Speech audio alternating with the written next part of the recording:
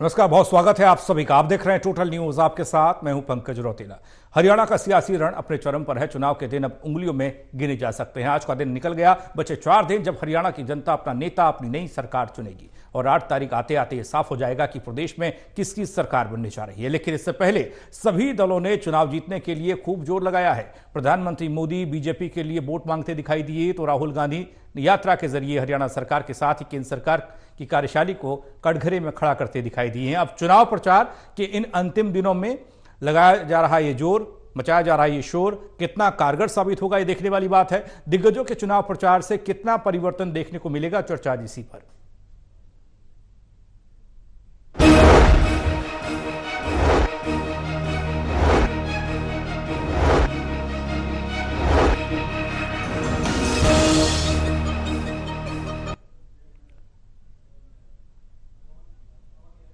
तो दिग्गज दिलाएंगे जीत, ये एक महत्वपूर्ण सवाल है। जहां स्थानीय नेतृत्व का सवाल है, उनकी साख दांव पर है, वहीं दिग्गजों की साख भी दांव पर है, क्योंकि तमाम चुनाव प्रचार मंचों के जरिए रोड पर चलकर किया जा रहा है। चर्चा इसी पर करेंगे। हमारे साथ चर्चा में मौजूद है Devendra Kathuria, associate editor Panipat, doctor Mahesh Kumar, associate editor Hisar, Virendra Soni ji, वरिष्ठ पत्रकार। आप तीनों का स्वागत है। चर्चा करें उससे पहले खबर रिपोर्ट के जरिए।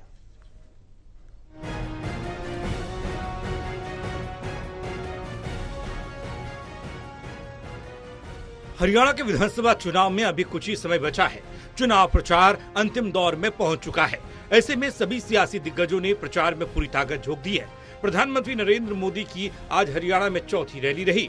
जनसभाओं को संबोधित करते हुए प्रधानमंत्री मोदी ने कहा कि उत्साह और उमंग से भरा हुआ ये दृश्य चुनाव के नतीजों का एहसास दिला रहा है। आपके आशीर्वाद के लिए, आपके सहयोग के लिए हम आपके बहुत बहुत आभारी हैं। प्रधानमंत्री नरेंद्र मोदी ने अपने संबोधन के दौरान कहा कि हरियाणा का तो ट्रैक रिकॉर्ड रहा है कि केंद्र में जिसकी सरकार रहती है, हरियाणा में भी उसी की सरकार बनती है। आपने केंद्र में तीसरी बार बीजेपी सरकार बनाई, अब यहाँ हरियाणा में भी तीसरी बार बीजेपी सरकार बनाना आप लोगों ने तय कर लिया है। कांग्रेस को लगता था कि 10 साल हो गए, हरियाणा वाले उन्हें थाली में परोसकर सत्ता दे देंगे। यही गलतफहमी कांग्रेस को मध्य प्रदेश में भी थी। वहां भी कांग्रेस के लोग पहले ही जीत का जश्न मनाने लग गए थे। लेकिन वोटिंग के दिन मध्य प्रदेश की जनता ने कांग्रेस को दिन में तारे दिखा दिए, आईना दिखा दिया। तो वहीं राहुल गांधी भी विजय संकल्प यात्रा के जरिए लोगों के बीच में पहुंचे हैं। रोड शो और जनसभाओं के जरिए कांग्रेस को जिताने की अपील की जा रही है। राहुल गांधी ने कहा कि हरियाणा में कांग्रेस की सरकार बनते ही किसानों का एमएसपी पर फसलों की खरीद कांग्रेस पार्टी करने जा रही है। उन्होंने महिलाओं को 2000 रुपए, गैस सिलेंडर 500 सहित कई घोषणाओं का जिक्र किया। साथ ही उन्होंने कहा कि हरियाणा में सरकार बनते ही 2 लाख सरकारी पदों को भरा जाएगा और बिना किसी भेदभाव के 36 बिरादरी के युवाओं को कांग्रेस पार्टी रोजगार देने का काम करेगी। 2000 रुपए हर महीना, पहली तारीख को हर महीना हरियाणा के महिलाओं के बैंक अकाउंट में मिलेगा। उसके बाद हरियाणा में आज किसान धान बेचने की कोशिश कर रहे हैं, सरकार खरीद नहीं रही है। और हरियाणा के सारे किसान जानते हैं कि हरियाणा में उन्हें धान के लिए, गेहूं के लिए, शुगर केन के लिए सही दाम नहीं मिलता है। जैसे ही हमारी सरकार आएगी, सबसे पहला काम, ये जो आपका धान सरकार नहीं खरीद रही है, इसको खरीदने का काम हम पहले दिन से शुरू कर देंगे। हरियाणा के किसानों को हम मिनिमम सपोर्ट प्राइस देने जा रहे हैं। इस दौरान राहुल गांधी ने मोदी सरकार पर और हरियाणा की सरकार पर भी निशाना साधा। उन्होंने कहा कि हरियाणा बेरोजगारी और नशे की समस्या से आज जूझ रहा है। आज हरियाणा में युवाओं को रोजगार नहीं मिल रहा है। यहां पे ड्रग्स की इशू है। सब लोग जानते हैं हरियाणा में कि ड्रग्स फैलता जा रहा है।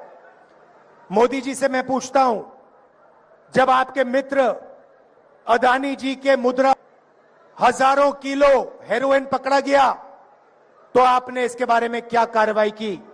कितने लोग जेल भेजे? किसको आपने जेल भेजा? यहां आप अपने भाषण में बताइए, हरियाणा की जनता को बताइए। हजारों किलो ड्रग्स मिलता है तो नरेंद्र मोदी जी गुजरात की सरकार कोई कार्रवाई नहीं करते। दिग्गजों ने प्रचार में अपनी पूरी ताकत झोंकी हुई है और अपनी अपनी पार्टियों के पक्ष में वोट की अपील की जा रही है, लेकिन ये तो 8 अक्टूबर की तारीख ही साफ करेगी कि हरियाणा की जनता किसके हाथ में सत्ता की चाबी सौंपती है। Haryana desk, total news.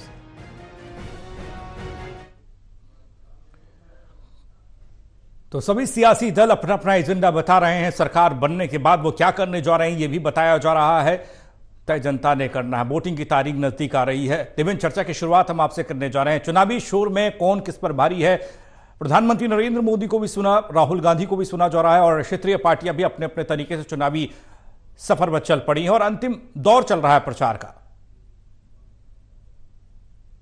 Pankaj, कुछ इत्तेफाक देख रहा हूं मैं हरियाणा के इस चुनाव में 2024 की महाभारत में। पहला इत्तेफाक तो यह भी लग रहा है कि इस तरह के चुनाव पहले कभी नहीं हुए। जिस तरह के समीकरण हालात बने हुए हैं, जिस तरीके से बागी अब मैदान में आए हैं, 2 गठबंधन है, 2 मजबूत पार्टियां जो सत्ता का दावा कर रही हैं। उसके बाद प्रधानमंत्री नरेंद्र मोदी ने आज चौथी बार हरियाणा में आए थे। हर बार एक एक रैली कर गए। शुरुआत धर्मनगरी कुरुक्षेत्र से की थी, दूसरी रैली वो जब जम्मू कश्मीर से आए गोहाना में कर गए, सोनीपत में, तीसरी रैली फिर जम्मू कश्मीर से आते हुए हिसार में, और आज आखिरी रैली हरियाणा के पलवल जिले की पृथला विधानसभा में। प्रधानमंत्री 4 बार आए, एक एक करके 4 रैलियां चले गए। और यह भी इत्तेफाक है कि राहुल गांधी भी 4 दिन, इन 4 दिनों में, मतलब लास्ट में जो फाइनल राउंड चल रहा है, अंतिम चरण चल रहा है, 4 दिन के लिए हरियाणा में, 2 दिन आज उनके हो गए और 2 दिन और आएंगे। दरअसल प्रधानमंत्री का जो अंदाज है, जिस तरीके से विपक्ष पर हमला करते हैं, खासतौर पर कांग्रेस पर, वो उनका स्वाभाविक वही स्वरूप है जिस तरीके से वो करते रहे हैं जी। लेकिन एक फर्क जरूर है कि थोड़ा सा जो क्रेज होता है, जो चाहत होती है, जो उत्सुकता होती है, जो चॉइस होती है, उसमें थोड़ी सी कमी मेरे को लग रही है। क्योंकि एक चीज को हम बार बार देखें, उसका उतना असर नहीं रहता जितना पहले होता है। रही राहुल गांधी की बात, तो राहुल गांधी जिस तरीके से रथ पर विजय संकल्प रैली लेकर निकले हैं, प्रियंका गांधी भी है, और उनका फोकस जीटी रोड बेल्ट पर है, जो बीजेपी का मजबूत गढ़ रहा है। 2014 के विधानसभा लोकसभा चुनाव, 2019 के हो, फिर 2024 के लोकसभा चुनाव में, हालांकि इस बार बीजेपी को नुकसान हुआ है। तो बीजेपी की अब तक पिछले 10 साल में जो सबसे मजबूत गढ़, मजबूत किला रहा है, उस पर कांग्रेस ने अपनी नजर गड़ाई है और राहुल गांधी, प्रियंका गांधी निकले हैं। मेरे को लगता है 2 दिनों में, पहले दिन राहुल गांधी ने 3 जिले कवर किए। शुरुआत नारायणगढ़ अंबाला से हुई, यमुनानगर के सडोरा से होते हुए फिर थानेसर कुरुक्षेत्र आए, चले गए। आज फिर शुरुआत उनकी झज्जर जिले के बहादुरगढ़ से हुई, सोनीपत में। ये 5 जिले 2 दिन में हो गए। कुल मिलाकर मेरे को लगता है 1.5 दर्जन सीटें ऐसी हैं जहां कांग्रेस ये मानकर चली है कि ये सीटें कांग्रेस के हाथ में है, उनको स्लिप नहीं होने देना चाहती।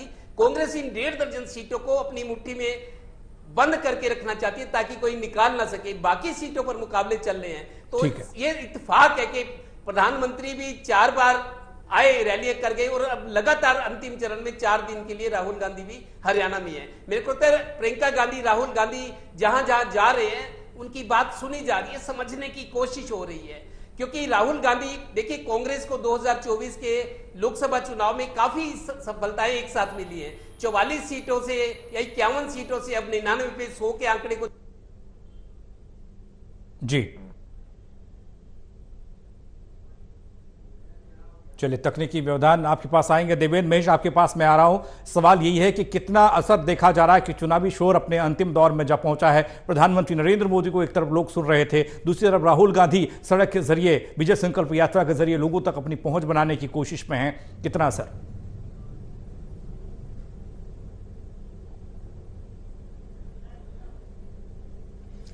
देखिए, प्रधानमंत्री नरेंद्र मोदी को लेकर मैं ये कहना चाहूंगा कि ओवर एक्सपोजर की स्थिति अब प्रधानमंत्री नरेंद्र मोदी की हो चुकी है। जिस तरीके से मन की बात, जिस तरीके से टेलीविजन पर हर वक्त मोदी का चेहरा नजर आना और उसके बाद डिलीवरी नहीं हो पाना, मुझे लगता है कि मोदी से ज्यादा नाराजगी मनोहर लाल खट्टर को लेकर थी। मनोहर लाल खट्टर को बदल दिया गया, नायब सिंह सैनी को लेकर आया गया। नायब सिंह सैनी अच्छे संगठनकर्ता माने जा रहे हैं, एक अच्छे मुख्यमंत्री भी माने जा रहे हैं। वजह यह कि उन्होंने अपने कपाट खोल दिए। मुख्यमंत्री आवास यानी कबीर कुटिया के जो दरवाजे हैं वो आम लोगों के लिए खोल दिए गए, जो कि मनोहर लाल खट्टर के 9.5 सालों के कार्यकाल में भारतीय जनता पार्टी के नेताओं के लिए भी कभी नहीं खुलते थे। वो आम जनता के लिए, भारतीय जनता पार्टी के कार्यकर्ताओं के लिए खोल दिए गए, लेकिन समयावधि कम होने की वजह से नायब वो जादू नहीं काम कर पाए, वो नुकसान की भरपाई नहीं कर पाए जो कि 9.5 सालों के दौरान मनोहर लाल खट्टर की तरफ से कर दिया गया था।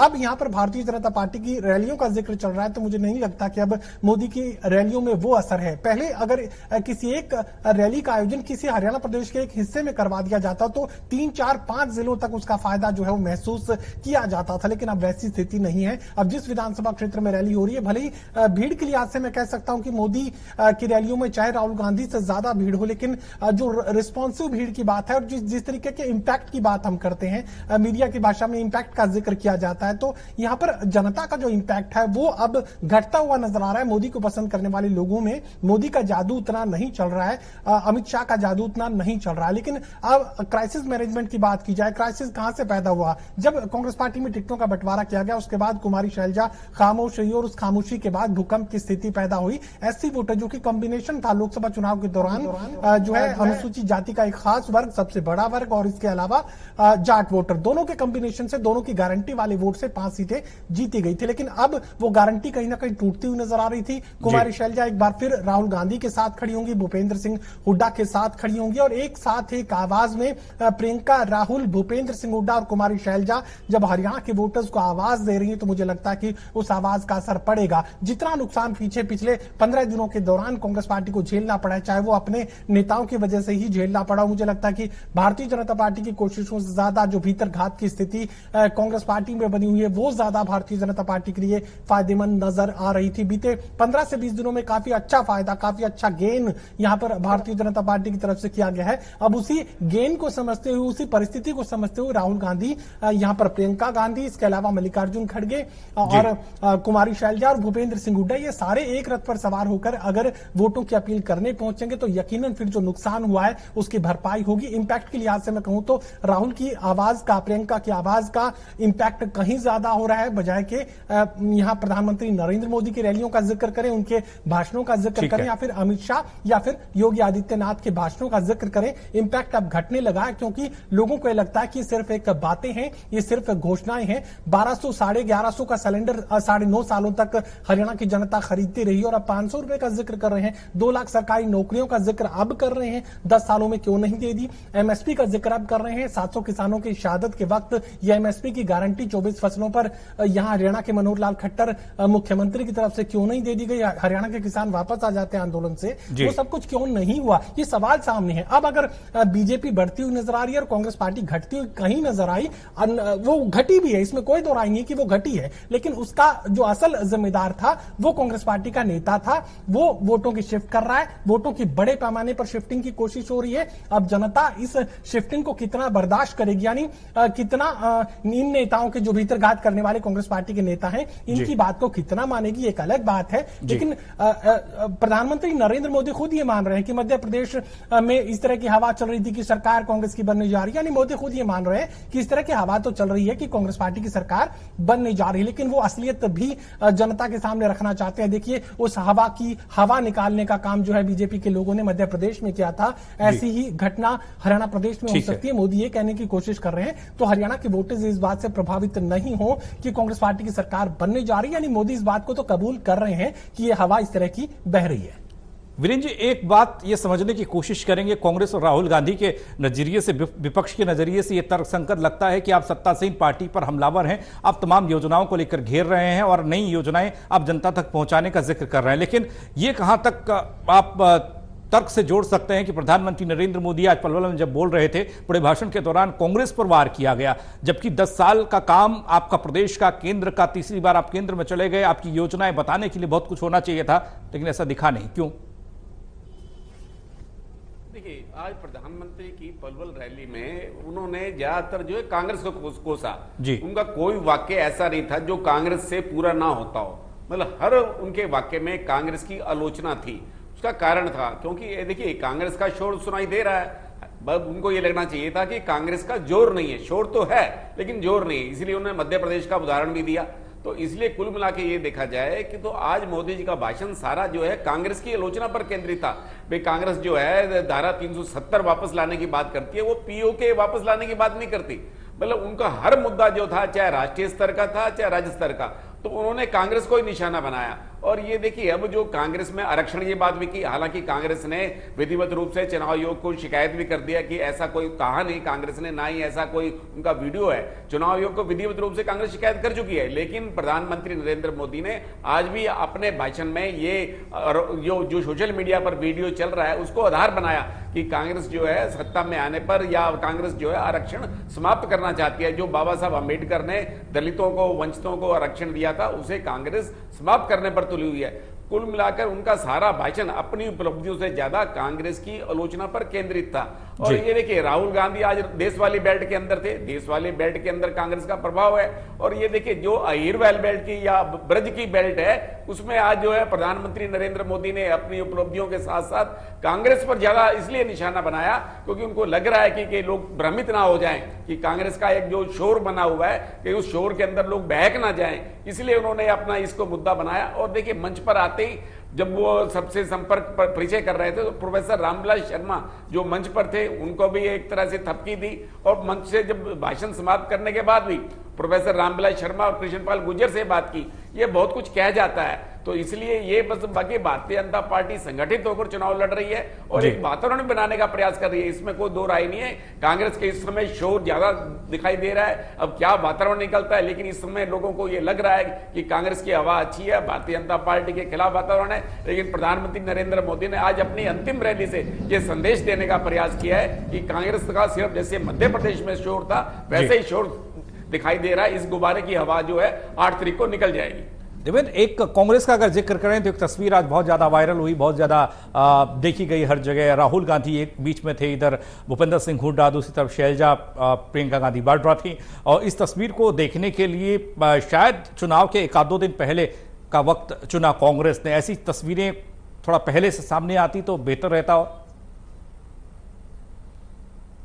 देखिए पंकज, कई बार कहते हैं ना देर आए दुरुस्त आए। चलिए अभी मतदान को 3-4 दिन का वक्त है, एक गुड जेस्चर दिखाया है, मतलब एक अच्छी पहल दिखाई है राहुल गांधी ने।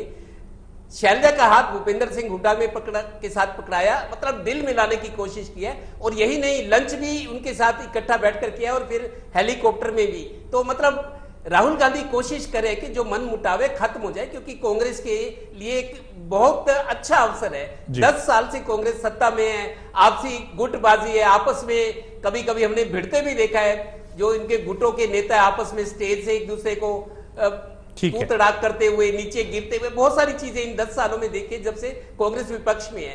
जिस तरीके से लोकसभा चुनाव में कांग्रेस ने गेन किया है, उम्मीदें जगाई हैं, तो हरियाणा में भी मेरे को लगता है कांग्रेस के लिए संभावनाएं नजर आ रही हैं।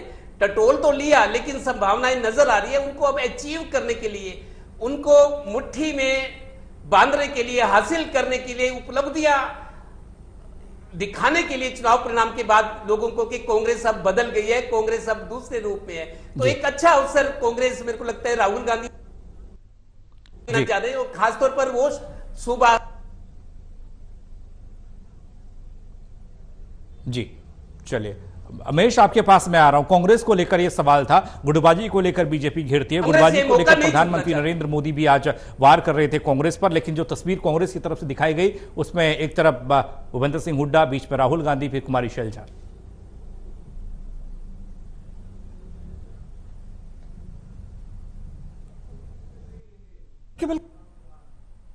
कुमारी शैलजा से आज एक्सक्लूसिव बातचीत टोटल न्यूज ने की है और हमने ये पूछा कि जो मन में दूरियां थी टिकटों के बंटवारे के बाद भूपेंद्र सिंह हुड्डा से, क्या वो खत्म हो चुकी हैं। शैलजा की तरफ से जवाब ये दिया गया कि कुछ चीजें पार्टी के अंदर के फोरम की होती है, कुछ चीजें मन में रहती हैं, लेकिन इसका मतलब ये नहीं है कि कांग्रेस पार्टी को किसी भी तरह का नुकसान वो होने देंगी। वो हर संभव प्रयास करेंगी कि कांग्रेस पार्टी के खाते में ज्यादा से ज्यादा वोट आए और कांग्रेस पार्टी अपनी पूरे बहुमत के साथ सरकार बनाने का काम करे। कुमारी शैलजा सुनिश्चित करना चाहती है, लेकिन वो बिल्कुल ऐसी कोई बात सामने नहीं रख रही है कि मन में जो दूरियां थी वो खत्म हो चुकी है। लेकिन वो साफ ये कह रहे हैं कि भारतीय जनता पार्टी को इसका फायदा नहीं मिलना चाहिए।